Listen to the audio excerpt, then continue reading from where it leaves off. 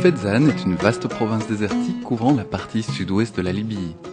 Bien des voyageurs ont rêvé de ce vaste désert aux architectures de pierres fantastiques et aux oasis envoûtantes. Bien des aventuriers y ont perdu leur courage ou leur vie, car le désert dénude. Pas d'artifice ou de maigre volonté. Le désert est fait pour des hommes libres et donc sans peur. L'écrivain français Le Clésio donne les mots qu'il faut au désert.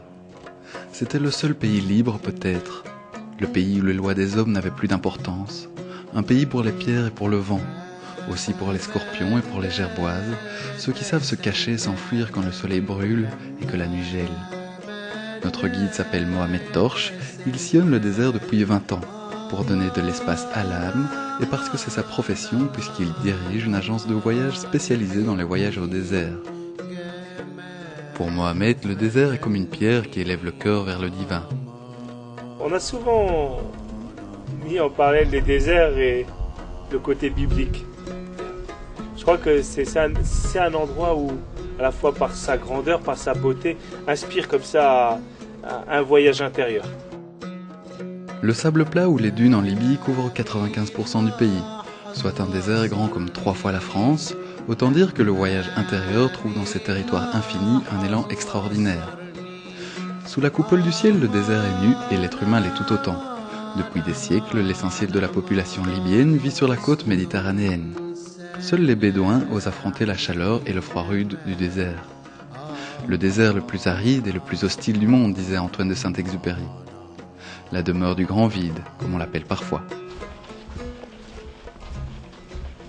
Le désert, pour les étrangers, c'est synonyme de vide, de rien. Mais pour ceux qui savent lire sur les traces, c'est quand même un désert vivant. Il suffit de regarder au matin quelques traces comme ça sur le sable pour s'apercevoir que la vie, elle existe. Là, c'est le lézard. On voit les traces de chaque côté et la queue. Tu vois la queue comme ça, et qui vont se perdre sous les rochers. C'est vraiment ça trahit les animaux le désert, parce qu'avec les traces on voit tout ce qui se passe.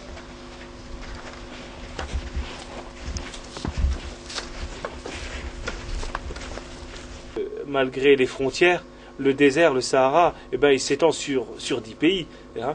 Que ce soit l'Algérie, que ce soit le Niger, le Sahara n'a pas de limite. Hein. Et il suffit d'aller en Libye pour retrouver ces mêmes paysages. Ces paysages de Tassilim, aussi d'Erg. Hein. Et finalement, que ce soit des Touaregs algériens, des Touaregs nigériens, des Touaregs maliens, on y retrouve cette même vie, cette même manière de vivre. C'est-à-dire à la fois une simplicité où les hommes sont à l'image de la terre.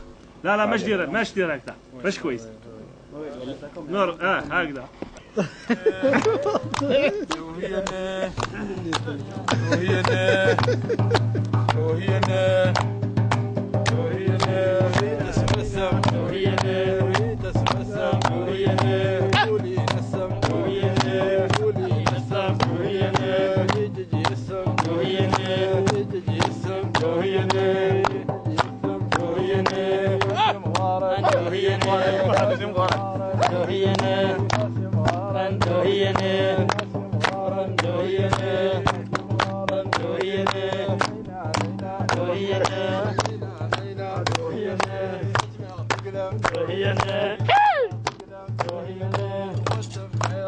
Yeah.